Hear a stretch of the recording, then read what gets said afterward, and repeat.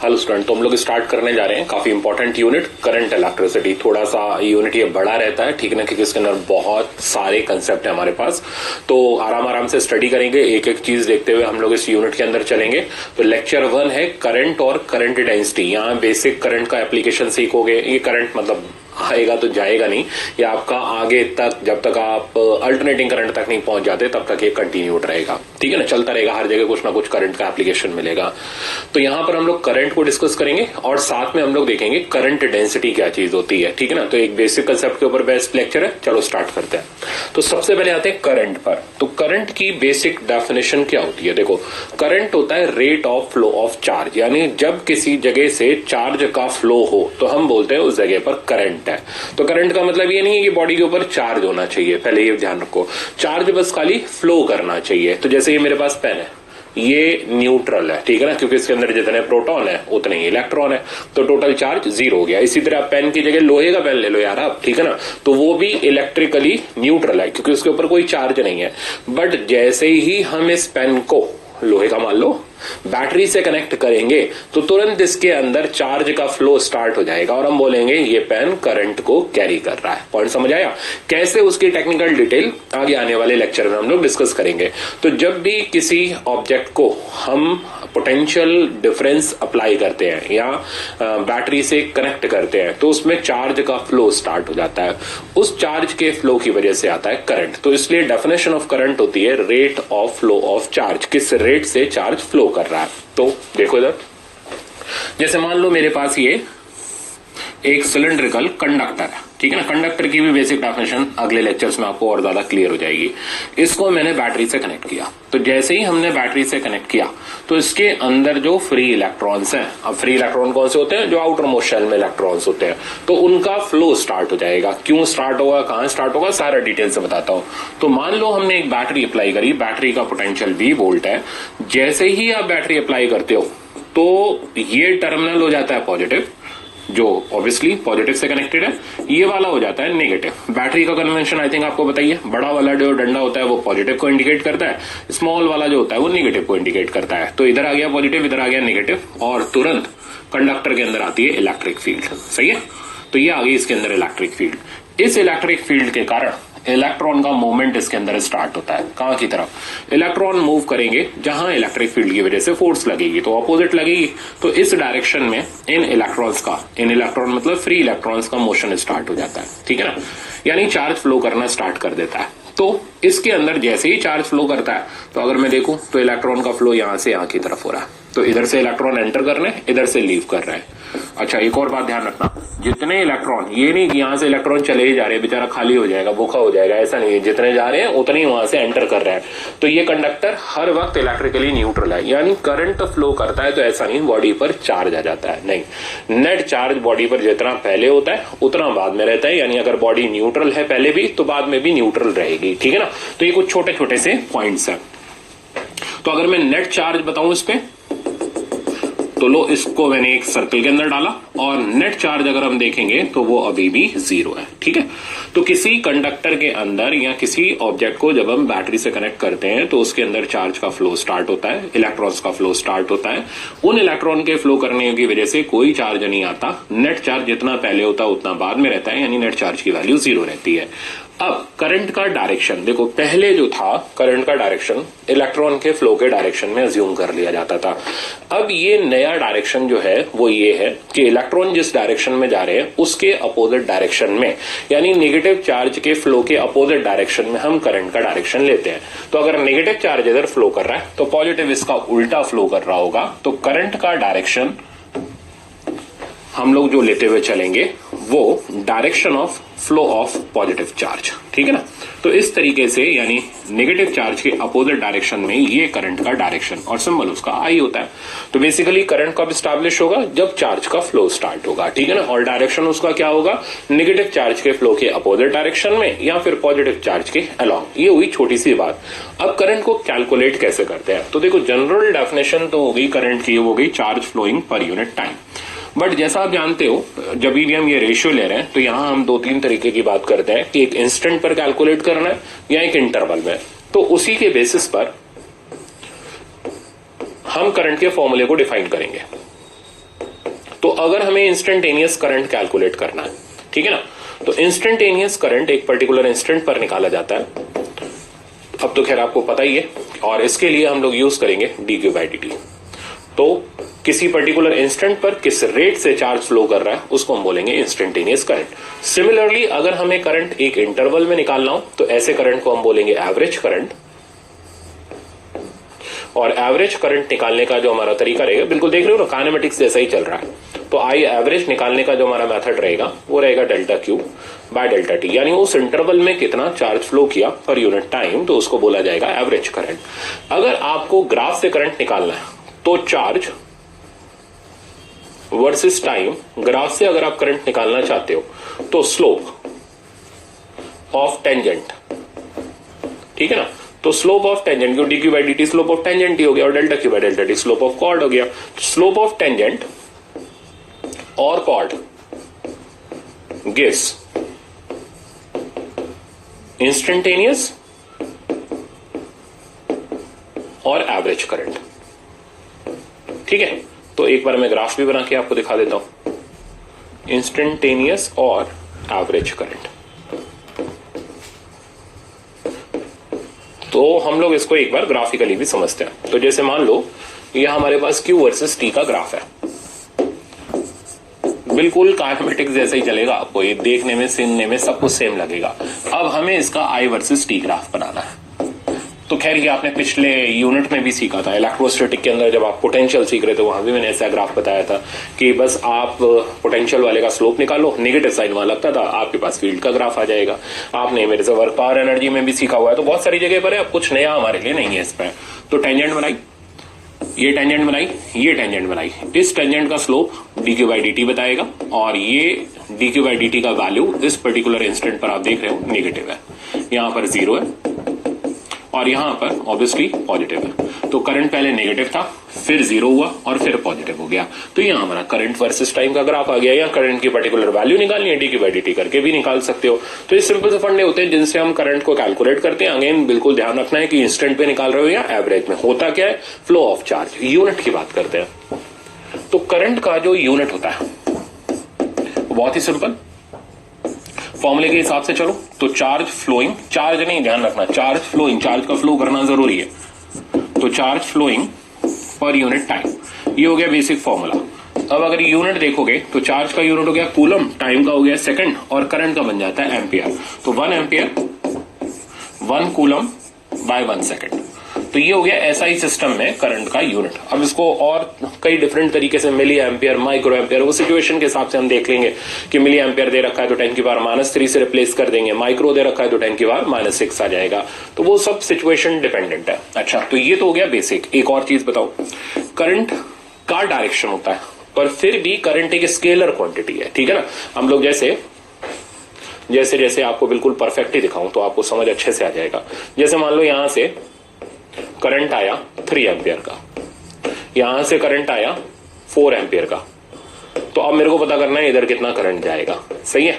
तो ये करंट निकालने के लिए हम वेक्टर नहीं यूज करेंगे। आपको सर क्यों अच्छा वाला देख तो रहा है, ये -j कैप की तरफ जा रहा है, ये i कैप की तरफ जा रहा है, तो रिजल्टेंट हो गया। नहीं, करंट एक स्केलर क्वांटिटी होता है। अब आपको सर उसका तो फिर डायरेक्शन होता है, ठीक है ना। तो हर चीज जिसका डायरेक्शन हो वो जरूरी नहीं वेक्टर हो। तो वेक्टर की बेसिक रिक्वायरमेंट क्या है, वेक्टर के लिए क्वांटिटी के पास डायरेक्शन होना चाहिए और साथ में वो वेक्टर एडिशन का रूल फॉलो करनी चाहिए। पॉइंट ध्यान से समझना, यानी हम ये नहीं लिख सकते i3 vector equals to i1 vector plus i2 vector, नहीं। तो करंट वेक्टर एडिशन नहीं फॉलो करता, इसलिए करंट वेक्टर क्वांटिटी नहीं होता। तो अगर आपको यहां का करंट निकालना i3, तो ये सिंपली i1 प्लस i2 होकर के निकलेगा, स्केलर सम होकर के निकलेगा, और ये हो जाएगा 7 एम्पियर, ना कि i3 equals to √i1² plus i2²। तो पॉइंट समझ आ गया। तो current have direction but still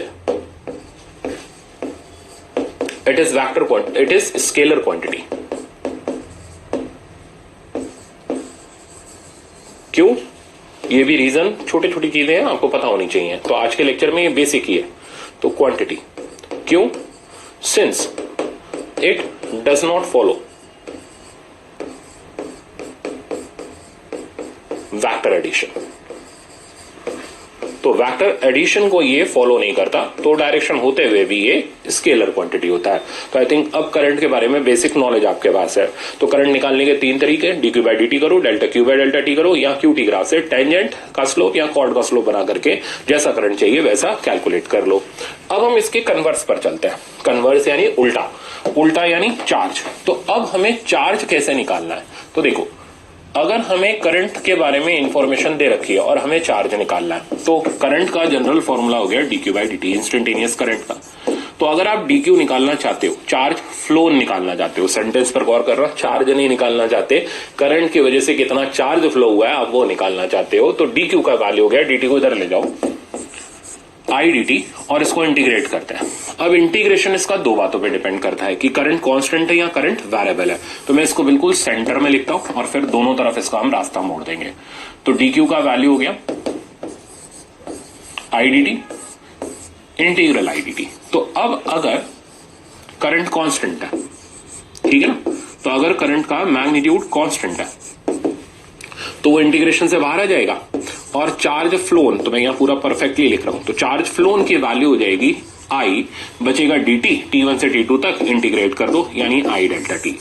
तो charge equals to I into T, simple way में ऐसे ही बोलते हैं। तो Q equals to I into T आप सिर्फ तब कर सकते हो जब करंट कांस्टेंट है।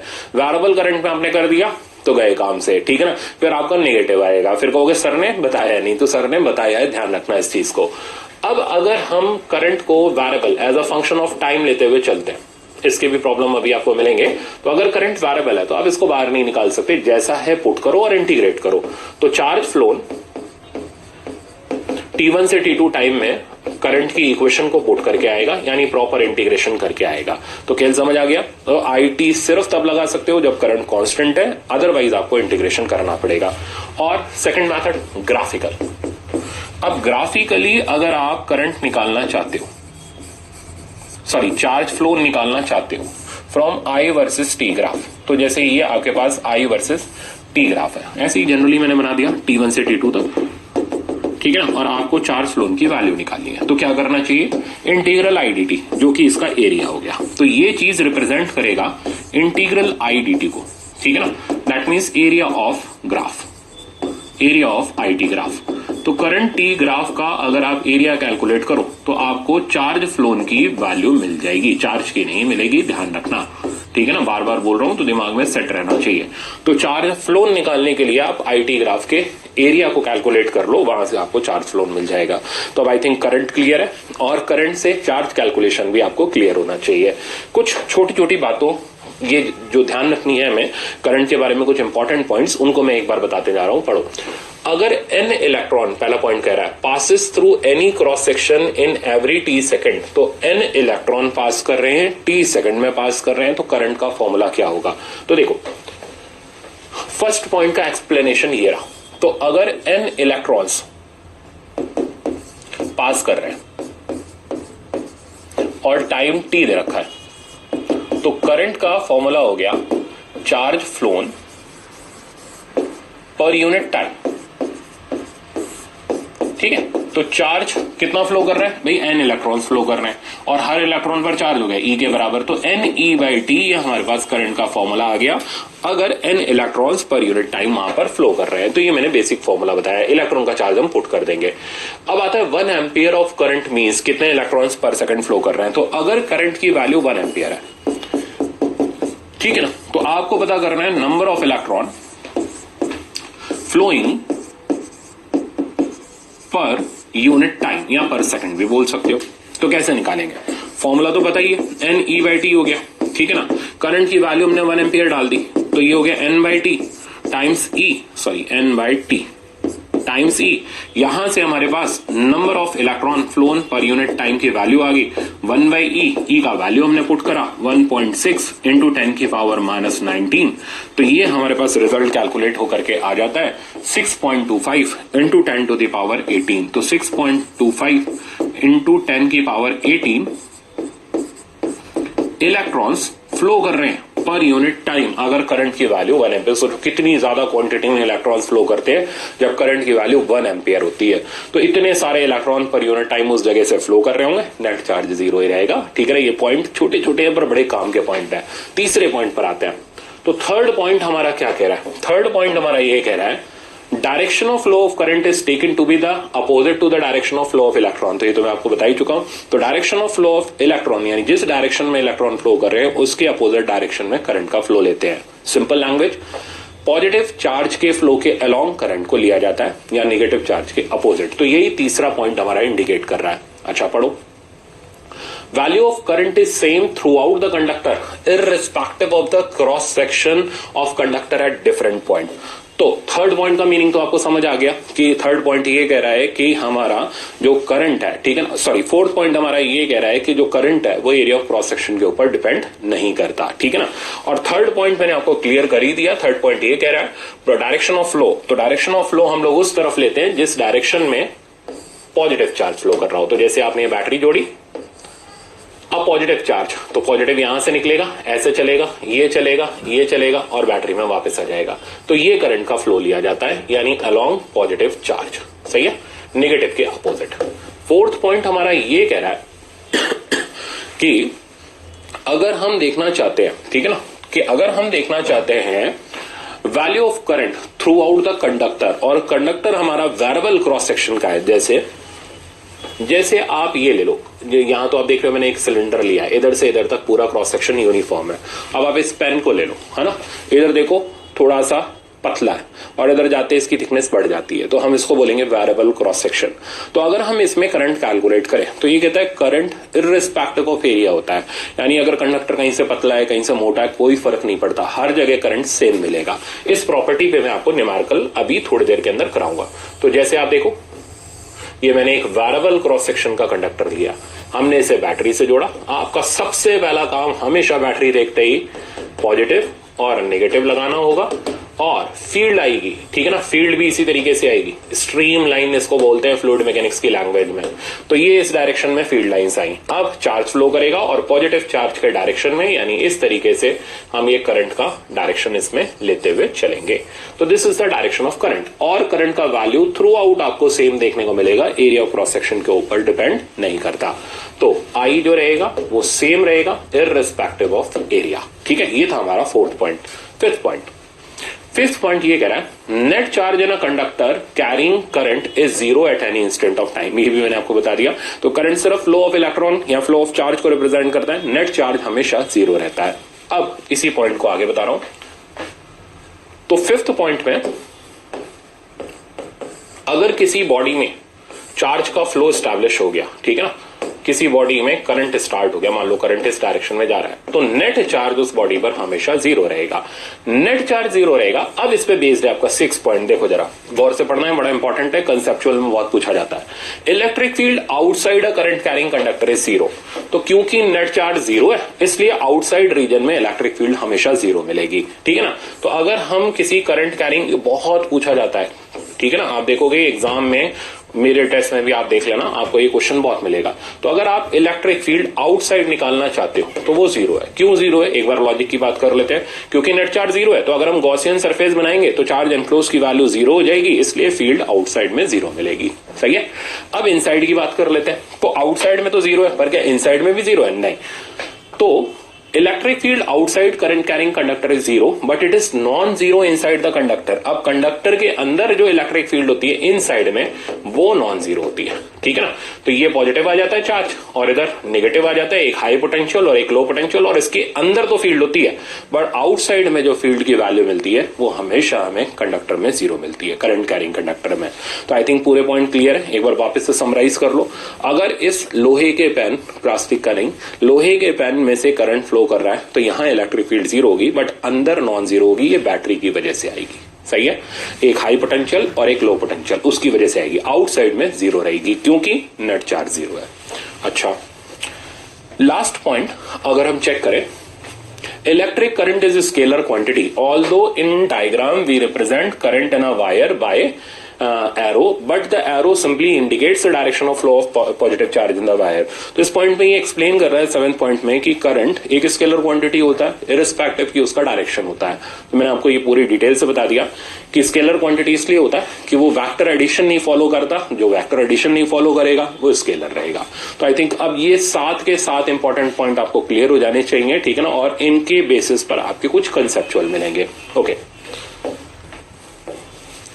अब जैसे पहला आप देख रहे हो ये न्यूमेरिकल नहीं है भाई, ठीक है ना, इसको आप कंसेप्चुअल बोल लो तो बहुत आसान है क्योंकि 1 सेकंड में शुरू होता ही खत्म हो जाएगा, बट जरूरी है, बेसिक लेवल आपका क्लियर होना जरूरी है। पढ़ो, इफ अ चार्ज ऑफ इतना कूलम फ्लोज पर सेकंड, तो चार्ज इतना पर सेकंड में फ्लो कर रहा है, then current constitute will be, तो हमें करंट निकालना है। तो करंट की बेसिक डेफिनेशन के ऊपर ये प्रॉब्लम है। तो charge phloem per unit time हमने किया, चार्ज फ्लोन का वैल्यू हमने सब्स्टिट्यूट किया 1.6 इंटू 10 की पावर -19 कूलम, और टाइम की वैल्यू 1 सेकंड है, तो कूलम बाय सेकंड हमारा एम्पियर हो गया। तो करंट का वैल्यू हमारे पास आ गया 1.6 इंटू 10 की पावर -19 एम्पियर। तो था, मैंने पहले ही बोला था, बहुत सिंपल है, बेसिक डेफिनेशन के ऊपर है। अगला, the number of electron passing through a heater wire in minute. तो आप देख रहे हो ये हमारी करंट की जो स्पेशल प्रॉपर्टी 7 पॉइंट हमने पढ़े, उन्हीं पे बेस हमारे छोटे छोटे न्यूमेरिकल आ गए। तो पढ़ो, हमें पता करना है number of electron passing through heater wire per minute. तो number of electron per minute हमें पता करना है। तो फॉर्मूला यूज किया हमने, सिंपल फॉर्मूला है NE/T। करंट हमें 8 एम्पियर दे रखा है, नंबर ऑफ इलेक्ट्रॉन पता करने हैं, E की वैल्यू होगी 1.6 इंटू 10 की पावर -19, टाइम की वैल्यू 1 मिनट यानी 60 सेकंड डाल दिया, ठीक है। अब आप इधर लाओ, कैलकुलेशन कर लेते हैं इसकी। तो 8 into 60 divided by 1.6 into 10 raise to the power -19। तो इसको मैं लिख लेता हूं 16 इंटू 10 की पावर -20। तो थोड़ा सा कैलकुलेशन आसान हो जाएगा, या 1.6 भी ठीक है चलेगा। तो 1.6 से इसको डिवाइड करते हैं, तो ये चला जाएगा 5 से, ठीक है। तो number of electrons per minute की वैल्यू आ जाएगी 5 into 60 into 10 raise to the power 19। तो ये बन गया 3 इंटू 10 की पावर 21 इलेक्ट्रॉन्स पर मिनट उस वायर से फ्लो कर रहे हैं, ठीक है ना, जब करंट कितना है 8 एम्पियर का। ऑप्शन देख लो, ऑप्शन इसमें डी करेक्ट हो गया। तो मेरे ख्याल से सिंपल है रिजल्ट, इसमें कोई मुश्किल नहीं है। आगे चलते हैं। अब देखो ये दे रखा है चार्ज फ्लोइंग थ्रू कंडक्टर, तो Q वर्सेस T की इक्वेशन दे रखी है और हमें इसमें पता करना है करंट एट 2 सेकंड, मतलब इंस्टेंटेनियस करंट की वैल्यू निकालनी है। तो कैसे करोगे? Q की इक्वेशन है 1.5 t² प्लस t, और करंट निकालने के लिए, इंस्टेंटेनियस करंट निकालने के लिए dq/dt यूज कर लिया। तो मेरे ख्याल से आपको ये लेक्चर बड़ा आसान लग रहा होगा। dq/dt करते ही आ जाएगा हमारे पास 3t + 1। अब आप जिस टाइम पर निकालना चाहते हो 2 सेकंड, वो हमने इसमें पुट कर दिया, तो 6 + 1 7 एम्पियर का करंट आ गया, ठीक है ना। चलते आगे। ओके, नेक्स्ट आप देख रहे हो, ये अच्छा सवाल है, और जो इस तरीके का प्रॉब्लम है ना, ये आपका मैग्नेटिज्म में भी आएगा, तो ये आपका मॉडर्न फिजिक्स में भी आएगा। तो कई जगह पर है आसान, पर बार बार रिपीट होगा। तो प्रॉब्लम ये कह रहा है हाइड्रोजन एटम है। अब देखो हाइड्रोजन एटम में न्यूक्लियस में 1 प्रोटॉन होता है, ठीक है ना, और बाहर चक्कर काट रहा होता है इलेक्ट्रॉन। अब क्योंकि इलेक्ट्रॉन सर्कुलेट हो रहा है, इस तरीके से घूम रहा है, फ्लो कर रहा है, तो ऑब्वियसली करंट तो होगा ही होगा। तो वो आपसे जानना चाह रहा है कि अगर रेडियस इतना है और स्पीड इलेक्ट्रॉन की इतनी दे रखी है, तो इक्विवेलेंट करंट बताओ। रेडियस आपको पता है और स्पीड पता है, तो करंट का फॉर्मूला तो एक ही है भाई, charge phloem per unit time. तो चार्ज तो हो गया इलेक्ट्रॉन, एक ही इलेक्ट्रॉन है बेचारा, ठीक है ना। टाइम की वैल्यू, अब देखो सर्कुलर मोशन में टाइम निकालना आप सीखे हुए हो। टाइम निकालने के लिए distance moved divided by speed, यानी 2πr, और ऊपर आ गई स्पीड v। तो करंट की वैल्यू, कई बार क्या होता है एग्जाम में ये जनरलाइज रिजल्ट भी पूछ लेते हैं, EV/2πr, ठीक है ना। तो हर चीज के लिए प्रिपेयर्ड रहो, जनरलाइज भी आ जाता है, कैलकुलेशन बेस्ड भी आ जाता है। अब यहां मैंने आपको कैलकुलेशन बेस्ड दिया है, तो सॉल्व करते हैं इसको। तो EV/2πr, अब देखो इसका कैलकुलेशन हमें थोड़ा सा मैनेज करना पड़ेगा, क्योंकि नीचे हमने पाई को अकेला छोड़ दिया, तो ये हमें परेशान कर देगा। देखो यहां पर अगर हम 10 के मल्टीपल में रिजल्ट ले आए तो हमें बड़ा फायदा हो जाएगा। जैसे π² की वैल्यू 10 होती है, तो सिचुएशन देख करके हमें सवाल को थोड़ा सा न्यूमेरिकली सॉल्व करना पड़ेगा। तो अब जब भी डिनोमिनेटर में पाई है, ऐसा यहां भी आएगा, आगे मैग्नेटिज्म में भी आएगा, तो देखना कैलकुलेशन। तो पहले मैं बाकी का डाटा पुट करता हूं। इलेक्ट्रॉन का चार्ज 1.6 इंटू 10 की पावर -19, स्पीड ऑफ रिवॉल्यूशन 2.2, 10 की power 6 divided by 2 pi, radius हो गया 5 इंटू 10 की पावर -11। अब देखो 5 और 2 10 हो गया, बन गया हमारा 10 का मल्टीपल। तो हम नीचे पाई स्क्वायर बना लेते हैं तो वो भी 10 हो जाएगा, हमारी कैलकुलेशन आसान हो जाएगी। तो देखते जाओ, तो आई का वैल्यू मैं ऊपर नीचे पाई से मल्टीप्लाई डिवाइड कर रहा हूं, तो 1.6 2.2 टाइम्स पाई, ठीक है। 10 की पावर को एक साथ सिंप्लीफाई कर लेते हैं, ये ऊपर चला गया, हमारे पास आ गया -8 और 6 बना 10 की पावर -2। नीचे डिनोमिनेटर में हमारे पास आ गया 10 और साथ में आ गया पाई स्क्वायर। अब देखो पाई स्क्वायर इज इटसेल्फ 10, तो नीचे बचा हमारे पास 100, तो रिजल्ट बना 1.6 इंटू 2.2 इंटू पाई इंटू 10 की पावर -4। आई थिंक अब आपको आराम से समझ आ गया होगा, बन गया ना, डिनोमिनेटर हमने उड़ा ही दिया पूरा। अब इसको मल्टीप्लाई कर लेते हैं, तो देखो, तो ये 16 और 2.2 तो इजीली अपना मल्टीप्लाई हो जाएगा, तो ये आ जाएगा 32, 3 16 2 32 और 3 35, तो 3.52 इंटू पाई का वैल्यू 3.14 डाल लो इंटू 10 की पावर -4, ये यूनिट हो गया एम्पियर में। अब इसको नियरली ले लो 3.5, 3.5 ही ले लो, अपने तो अंदाजा लगाना है ना कैलकुलेशन, और इसको 3 ले लो, क्या फर्क पड़ता है। तो आई का वैल्यू नियरली, बस यही जुगाड़ एग्जाम में लगाने होते हैं, तो 3.5 टाइम्स 3 इंटू 10 की पावर -4 एम्पियर। अब देखो कैलकुलेशन कितनी आती है, तो 5 3 जा 15, 3 3 जा 9 और 1 10, तो 10.5 इंटू 10 की पावर -4 एम्पियर, यहाँ 1.05 मिली एम्पियर। अब देख लो इसके नियर बाय में कौन सा आंसर मिल रहा है, बस फर्स्ट वाला। तो हमने देखा कहीं कैलकुलेशन मैंने भारी नहीं करी, कहीं ऐसा नहीं लगा कि यार बड़ा हार्ड हो गया मेरा कैलकुलेशन, तो बिल्कुल सिंपल तरीके से हम लास्ट स्टेप तक इसको कैलकुलेट करते हुए चले आए। तो यही बस आपको प्रैक्टिस करना है, ठीक है ना, एग्जाम में आपका टाइम वेस्ट नहीं होगा। तो ऑप्शन इसका ए आ गया। नेक्स्ट प्रॉब्लम पर चलते हैं। अब देखो क्या दे रखा है, हमें करंट की इक्वेशन दे रखी है। अब करंट की इक्वेशन देगा तो जाहिर सी बात है चार्ज ही पूछेगा, और इसके पास पूछने के लिए कुछ नहीं बचा। तो प्रॉब्लम पढ़ते जाओ। तो करंट हमें दे रखा है I = 2 + 3t, और हमें चार्ज पता करना है cross section of wire in first 10 second.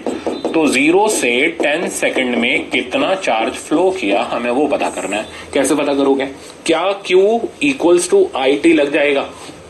तो करंट चेक करो, वेरिएबल है तो नहीं लग सकता, यानी फंसे, इंटीग्रेशन ही लगाना पड़ेगा। तो चार्ज फ्लोन निकालने के लिए इंटीग्रल IDT यूज कर लिया, I की वैल्यू सब्स्टिट्यूट कर दी 2 + 3t, साथ में आ गया dt, और 0 से 10 तक इंटीग्रेट मार दिया। आसान सा इंटीग्रेशन, अब तो आपको आदत ही होगी इस टाइप के छोटे मोटे इंटीग्रेशन की। तो यहां पर मेरे पास चार्ज फ्लोन की वैल्यू आ गई, और इंटीग्रेट में इसको कर दे रहा हूं, तो ये बना हमारे पास 2 × t + 3 t²/2 और 0 से 10 लिमिट पुट कर देते हैं। तो अपर लिमिट डालेंगे तो ये 20 हो गया, प्लस 3 × 100/2 हो गया, और 0 डालने पर इधर 0 हो गया। तो फाइनल रिजल्ट आ गया 20 + 150, और रिजल्ट आ गया 170, और यूनिट आ गया इसका कूलम। तो आई थिंक समझ आ गया होगा, सिंपल सा था इंटीग्रेशन के ऊपर बेस्ड। नेक्स्ट प्रॉब्लम देखते हैं। हाँ, नेक्स्ट में भी आपको करंट की इक्वेशन दे रखी है। देखो कितनी दे रखी है, 4 - 0.08t, और हमें पता करना है नंबर ऑफ इलेक्ट्रॉन्स। तो कितने इलेक्ट्रॉन फ्लो किए, तरीका ध्यान रखना, पहले हम चार्ज निकालेंगे, चार्ज को Ne डाल करके नंबर ऑफ इलेक्ट्रॉन्स फ्लो निकालेंगे, ठीक है ना। In first 50 second through the cross section of conductor. एक चीज और बताऊं, काम की है, ध्यान से सुनना। ऐसा प्रॉब्लम आपके एग्जाम में आया है, ठीक है ना, एग्जाम में बिल्कुल एज इट इज, बस करंट की इक्वेशन में माइनस ही था, बस वहां क्या किया था, हीट पूछी थी उसने, ठीक है ना। ये जब मैं हीट में पहुंचूंगा तो करा ही दूंगा, बट अभी से आपको तैयार कर रहा हूं। तो आपको करंट की इक्वेशन दे रखी थी। अब जैसे मैं यहां चार्ज फ्लोन पूछ रहा हूं, तो मैंने लिमिट दे दी 50 सेकंड में, बताओ। एग्जामिनर ने क्या किया था, लिमिट नहीं दी थी, क्या था, चार्ज फ्लोन बता दो या हीट बता दो। एक्चुअली में उसने हीट पूछी थी। तो मेथड क्या होता है, दोनों में मेथड सेम है। चार्ज तब तक फ्लो करेगा जब तक वायर में करंट रहेगा, करंट तब तक रहेगा जब तक उसकी वैल्यू 0 ना हो जाए। तो अगर आपको लिमिट नहीं दे रखी, तो करंट की इक्वेशन को 0 डाल के वो टाइम निकाल लो जब तक करंट फ्लो कर रहा है। जैसे इसको अगर आप 0 पुट करोगे तो 4 माइनस 0.08 t 0 हो जाएगा, t की वैल्यू आ जाएगी 400/8 और ये रिजल्ट और कुछ नहीं 50 सेकंड ही हो जाएगा। कहानी समझ आ गई? तो ध्यान से सुनना, ठीक है ना, अच्छी तरह दिमाग में सेट कर लेना। और ना कहोगे बताया नहीं, तो मैं बता रहा हूं, करंट की इक्वेशन दे रखी हो, लिमिट नहीं दे रखी हो तो करंट को 0 पुट करके वहां से टाइम की वैल्यू निकालते हैं और फिर इंटीग्रेट करते हैं। Game clear? अब इसको हम सिंप्लीफाई करते हैं। यहां तो हमें मदद कर दी गई, पूरा टाइम दिया गया। तो चार्ज फ्लो बिना इंटीग्रेशन के आएगा नहीं, हो गया इंटीग्रल आई डी टी, तो 4 माइनस 0.08 टी टाइम्स dt और इंटीग्रेट करना है 0 से 50 सेकंड के लिए। ओके, आगे चल करके यही सवाल हीट का बन जाएगा, बट वो आगे तभी बताऊंगा जब आएगा, अभी फायदा नहीं उसको समझने से। तो चार्ज फ्लो पहले इंटीग्रेशन कर लेते हैं। इंटीग्रेशन इजी सा इंटीग्रेशन है, ये आ गया 4t minus 0.08 t square by 2, limit 0 से 50। ओके, सिंप्लीफाई करो तो लिमिट अगर हम इसमें पुट करें तो ये 54 जा 200 माइनस 0.04 लिख लेता हूं, उसको आसानी हो जाएगी। टी स्क्वायर हो गया 2500 और लोअर लिमिट पुट करने पर 0 ही आ जाएगा। तो 200 माइनस 2 डेसिमल इसमें से चले गए और इधर 100 बचा, रिजल्ट आ गया 100 और यूनिट आ गया कूलम। तो 100 कूलम का चार्ज 50 सेकंड के अंदर फ्लो करेगा। बट आंसर ढूंढने की कोशिश मत करो जैसे मैं कर रहा था, मैं देखूंगा आंसर क्या आ रहा है। तो उसने चार्ज नहीं पूछा, इलेक्ट्रॉन पूछे कितने फ्लो करेंगे। तो अब हम इसे Ne डालेंगे इक्वल्स टू 100 कूलम। n की वैल्यू हमारे पास आ जाएगी 100 डिवाइडेड बाय 1.6 इंटू 10 की पावर माइनस 19। अब कैलकुलेशन की टिप, ठीक है ना, वो कैलकुलेशन की टिप ये थी कि 1 एम्पेयर करंट में कितने इलेक्ट्रॉन फ्लो करते हैं, 6.25 इंटू 10 की पावर 18। ये मैंने बताया था अभी आपको थोड़ी देर पहले, चाहिए तो पीछे देख लो।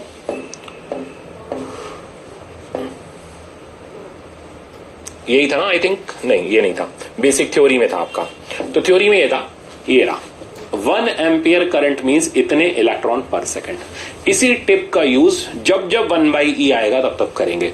तो 1/e का वैल्यू 6.25 इंटू 10 की पावर 18 होता है।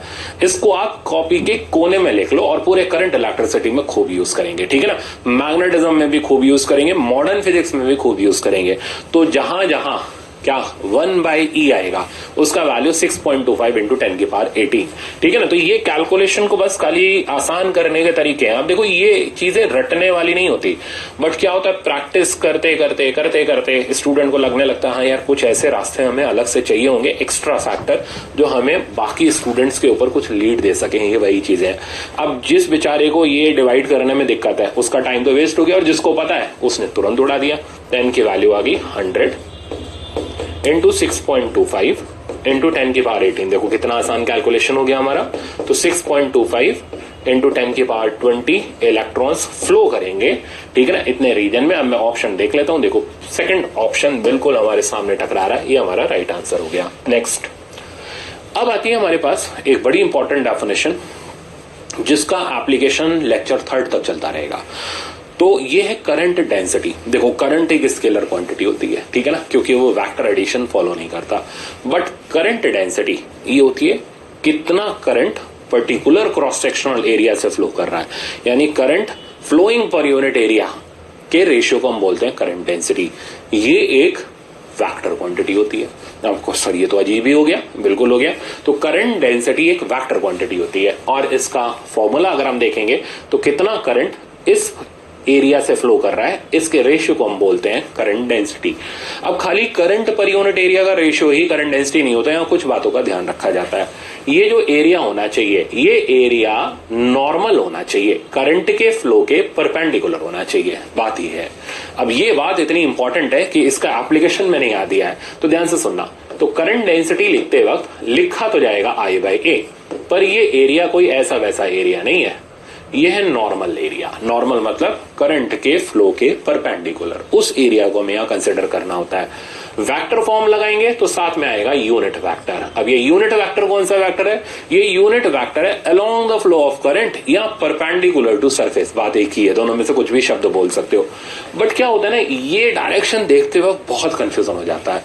अब एन कैप भी देखो, एरिया भी नॉर्मल देखो, तो स्टूडेंट दिमाग खराब हो जाता है स्टूडेंट का।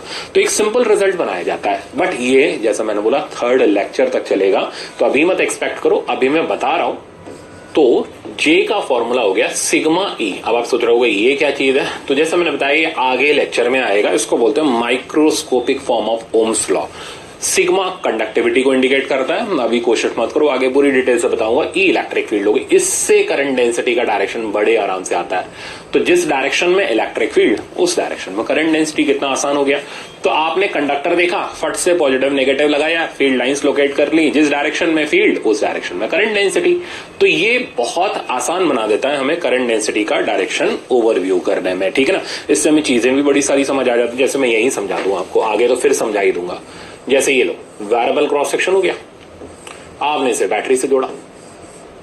अब सबसे पहला काम मैंने क्या सिखाया, बैटरी जोड़ते ही फट से पॉजिटिव और नेगेटिव लगाओ, तो ये पॉजिटिव हो गया और इधर नेगेटिव हो गया। अब फील्ड लाइंस को इंडिकेट करो, ये रही फील्ड लाइंस, ठीक है ना। अब जैसा आप देख रहे हो, फील्ड जहां पास पास होती है वहां पर फील्ड की स्ट्रेंथ स्ट्रांग होती है। तो इस पॉइंट 1 और ये पॉइंट 2, ये आगे आएगा, मैं फिर बता रहा हूं। तो 1 पर फील्ड ज्यादा है एज कंपेरिजन टू 2, तो 1 की करंट डेंसिटी ज्यादा होगी एज कंपेरिजन टू 2। तो current density area of cross section, या ऐसे बोलो फील्ड के ऊपर डिपेंड करती है, जिस डायरेक्शन में फील्ड उस डायरेक्शन में करंट डेंसिटी। अच्छा, अब क्या करते हैं, जैसा आप देख रहे हो दूसरा डायग्राम है, यहां पर इसको मैं एक बार वापस से बना रहा हूं, ये रहा, आपको बहुत अच्छा समझ आ जाएगा, ठीक है। करंट इस तरीके से फ्लो कर रहा है, ये direction of flow of current है, ठीक है। अब हमें करंट डेंसिटी डिफाइन करनी है इस फर्स्ट सरफेस पर और इस सेकंड सरफेस पर।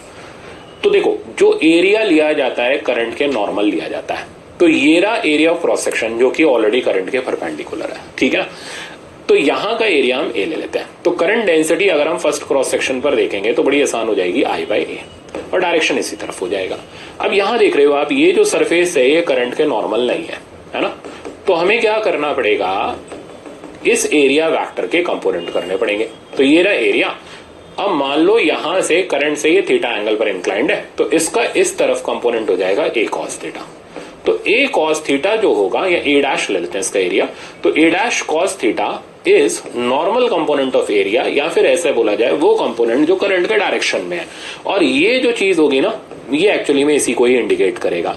तो ये जो परपेंडिकुलर कंपोनेंट हमने इस तरीके से किया, ये और कुछ नहीं, ये यही एरिया हो गया, यानी A डैश cos थीटा की वैल्यू A के ही बराबर हो गई। अब अगर हम 2 पर करंट डेंसिटी डिफाइन करेंगे तो करंट तो सेम ही रहेगा, by A dash cos theta भी लिख सकते हो, और आइदर आप I/A भी लिख सकते हो, जहां A इस वर्टिकल सेक्शन को रिप्रेजेंट करेगा। तो ये हमारा करंट डेंसिटी का बेसिक कंसेप्ट है। अब कई बच्चे इसमें कंफ्यूज, सॉरी ये इसके बराबर, अरे यार इसका प्रोजेक्शन कर लो ना इधर, तो ये वही चीज तो हो गई। तो ये जो नॉर्मल हो गया, ये इसका एरिया सरफेस हो गया। कैसे सिखाया था एरिया वेक्टर गॉस थ्योरम में, हमेशा सरफेस के परपेंडिकुलर रहता है। तो जैसे मेरा हाथ है तो इसका एरिया वेक्टर ये हो गया। तो अब आपको यहां उल्टा दे रखा है, एरिया वेक्टर की वैल्यू दे रखी है A cos थीटा, तो एरिया ढूंढोगे तो इसी सरफेस का आ जाएगा जो इसका नॉर्मल है, और ये एक जैसे हैं, तो दोनों बराबर हो गया ना, सिंपल। तो A की value A dash cos theta के बराबर होगी, तो J2 की वैल्यू होगी I/A डैश cos थीटा या I/A। तो ये सिंपल तरीका होता है जिससे हम कैलकुलेट कर सकते हैं अपना करंट डेंसिटी को। अब यहां से उल्टा चलते हैं, मान लो करंट डेंसिटी दे रखी हो और हमें करंट निकालना हो। तो करंट डेंसिटी दे रखी हो और करंट निकालना हो, तो ये निकालने का तरीका हमारा होता है J vector dot A vector या integral J dot TA, depending on the factor कि करंट डेंसिटी वेरिएबल है या करंट डेंसिटी कांस्टेंट है। तो इसको मैं नेक्स्ट पेज पे समझा रहा हूं। कैलकुलेशन ऑफ करंट, ये भी काफी इंपॉर्टेंट पार्ट है। Calculation of current from current density, तो ये दो बातों पे डिपेंड करता है। अगर करंट डेंसिटी कांस्टेंट है, पहले तो जनरल फॉर्मूला क्या हो गया, जनरल फॉर्मूला हो गया integral J vector dot TA vector. अब यहां से रास्ता फिर से दो पार्ट में मुड़ेगा। अगर करंट डेंसिटी कांस्टेंट है तो इंटीग्रेशन से बाहर आ जाएगी। कांस्टेंट तब भी होगी जब डायरेक्शन भी सेम हो और मैग्नीट्यूड भी सेम हो, तो यूनिफॉर्म है, तो इंटीग्रेशन से बाहर आ जाएगा। और करंट का बहुत सिंपल सा फॉर्मूला बनेगा J vector dot A vector, यानी आप करंट डेंसिटी का एरिया के साथ डॉट प्रोडक्ट ले लो, आपको उस जगह की करंट की वैल्यू मिल जाएगी। बट अगर करंट डेंसिटी वेरिएबल है तो फिर भाई आप इंटीग्रेशन से उसको बाहर नहीं निकाल सकते। फिर आपको integral J dot D A में जे की वैल्यू डालनी पड़ेगी, इंटीग्रेट करना पड़ेगा, तब जाके आपके पास करंट का वैल्यू आएगा। तीसरा मेथड ग्राफिकल मेथड। अब ग्राफिकल मेथड क्या है तो वो भी सुनो। तो अगर आपको जे वर्सेस ए का ग्राफ दे रखा है ना, तो जे वर्सेस ए का आपको ग्राफ दे रखा है, तो आप इस ग्राफ का एरिया निकाल लो। तो इस ग्राफ का एरिया हो गया वही integral J dot D A, और ये हमें करंट की वैल्यू दे देगा। तो करंट डेंसिटी से करंट तीन तरीके से निकाला जा सकता है, या तो जे डॉट ए करके, या integral J dot D A करके, या फिर एरिया निकाल के। सिचुएशन डिपेंडेंट होता है। डेंसिटी अगर कांस्टेंट है तो डायरेक्ट डॉट प्रोडक्ट ले लो, वेरिएबल है तो इंटीग्रेशन करो, और अगर ग्राफ दे रखा है तो बहुत आसान है, आप ग्राफ का एरिया निकाल लो। तो आई थिंक ये पॉइंट समझ आ गए होंगे। अब इस पे हम न्यूमेरिकल देख लेते हैं।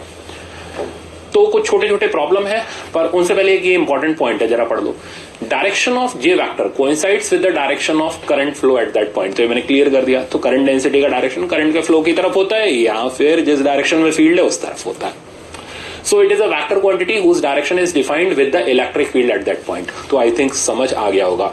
अच्छा, बिना इलेक्ट्रिक फील्ड के जब स्टूडेंट बुक से पढ़ने की कोशिश करता है ना, ये चीज बाउंस हो जाती है। तो इसलिए चीजें क्लियर रखना। करंट डेंसिटी या तो करंट के डायरेक्शन में होती है, या फिर बहुत सिंपल तरीका, फील्ड जिस तरफ है उस डायरेक्शन में करंट डेंसिटी का वेक्टर हो जाएगा।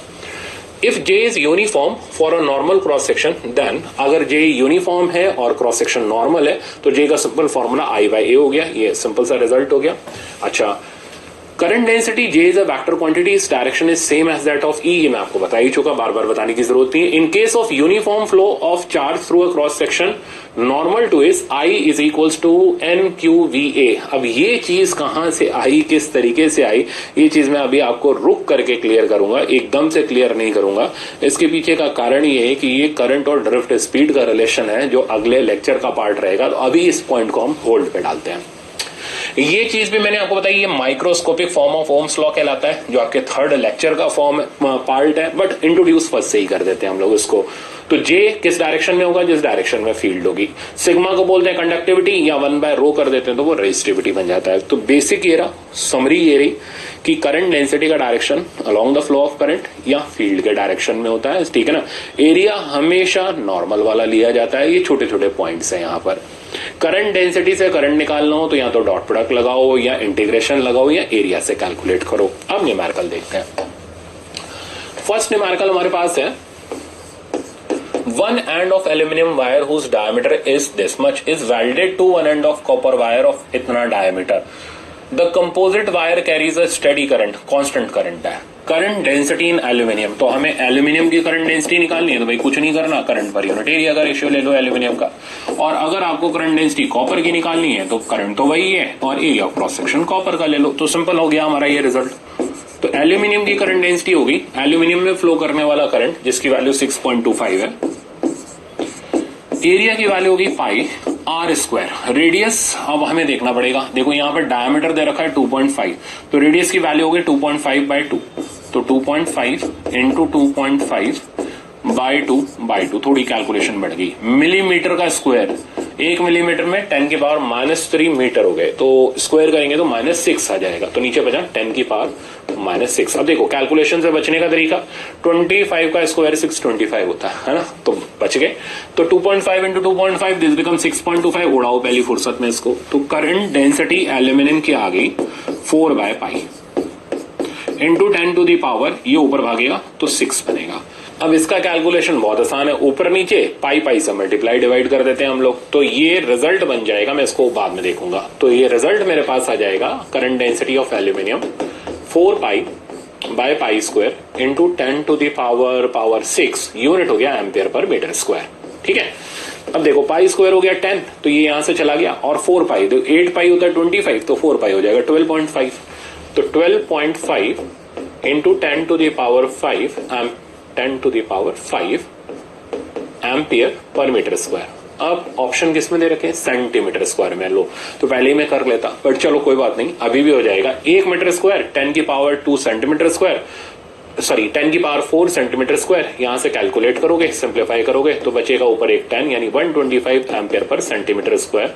ये करंट डेंसिटी हो गई एल्यूमिनियम वायर की। सही है। अब ऑप्शन में हमें सी भी मिल रहा है 125 में और ऑप्शन में हमें डी भी मिल रहा है, मतलब कॉपर की तो झक मार के करंट डेंसिटी निकालनी पड़ेगी। तो कर लेते हैं कैलकुलेट। तो अब करंट डेंसिटी कॉपर वायर की निकालते हैं। तरीका वही, करंट पर यूनिट एरिया। करंट की वैल्यू में 6.25 ही दे रखी है। एरिया हमारे पास हो गया पाई आर स्क्वायर, रेडियस इसका हो गया, डायमीटर दे रखा 2 मिलीमीटर तो 1 मिलीमीटर, तो 1 into 1।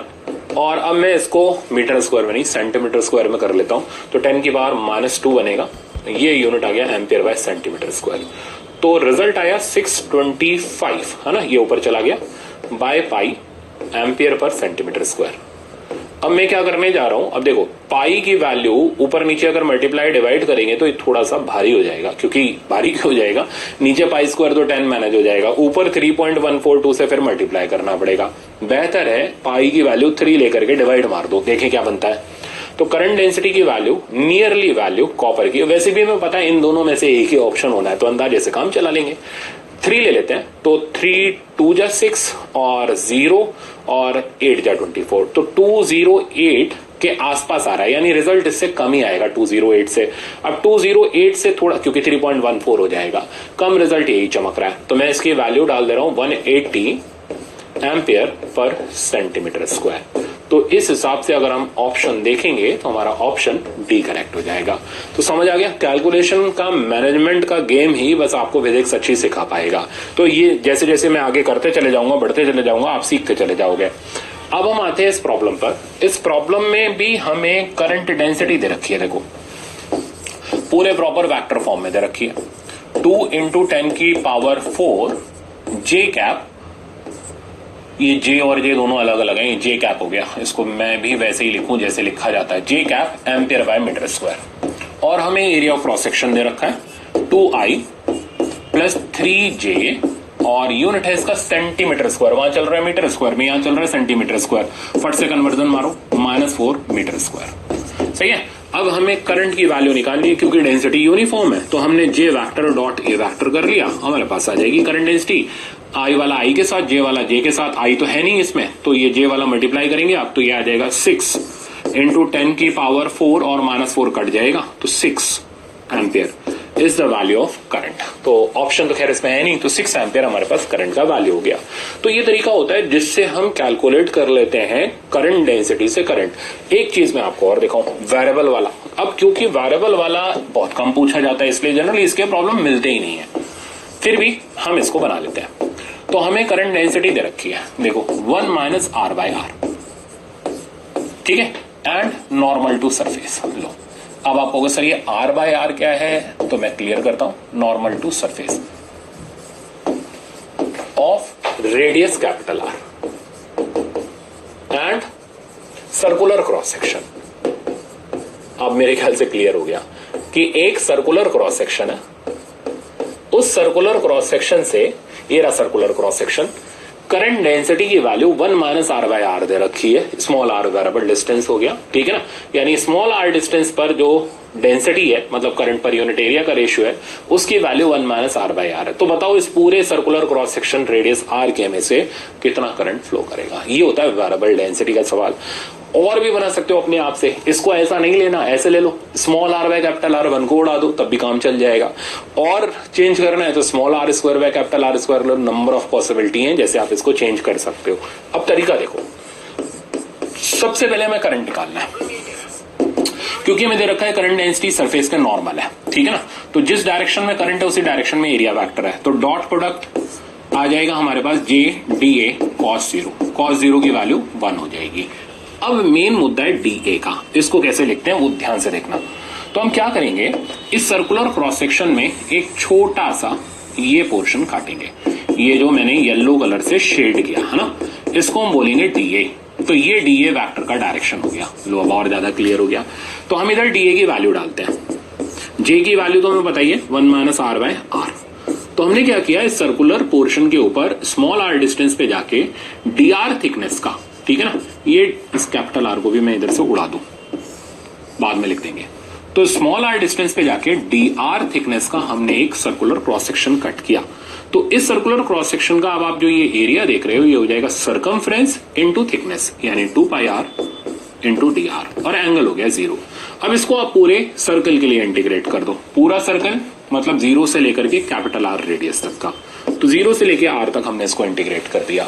तो करंट की वैल्यू हमारे पास आ गई, अंदर मल्टीप्लाई करो, पहले 2 पाई को तो बाहर निकाल लो, स्मॉल आर को आप अंदर ले जाओ, तो small r minus r square by r times d are.